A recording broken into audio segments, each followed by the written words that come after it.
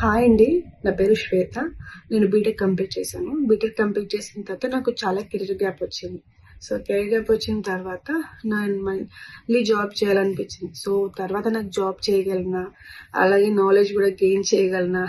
అనే టైంలో నాకు డౌట్ వచ్చింది. ఆ టైంలో నేను డిజిటల్ మార్కెటింగ్ గురించి విన్నాను. అలాగే యూట్యూబ్‌లో సుభాష్ సార్ వీడియోస్ చూసాననమాట.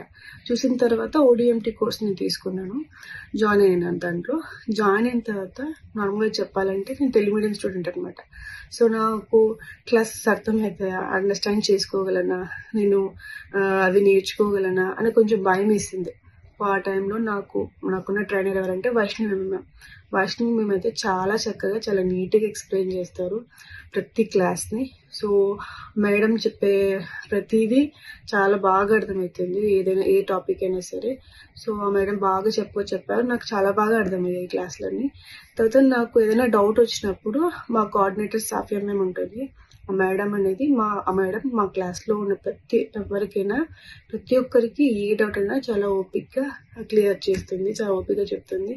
అలాగే మేము టాస్క్ చేసినప్పుడు ఏమైనా మిస్టేక్స్ చేసినా కూడా దాంట్లో చెప్తుంది. ఇవి మిస్టేక్స్ ఉన్నాయని software madam మాకన్నీ చెప్తుందనమాట.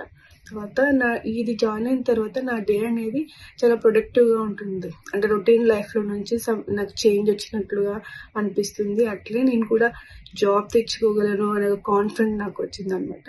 So, after career gap తర్వాత నేను ఒక మంచి డెసిషన్ తీసుకున్నా అని ఫీల్ అవుతున్నాను. Thank you for ODMT.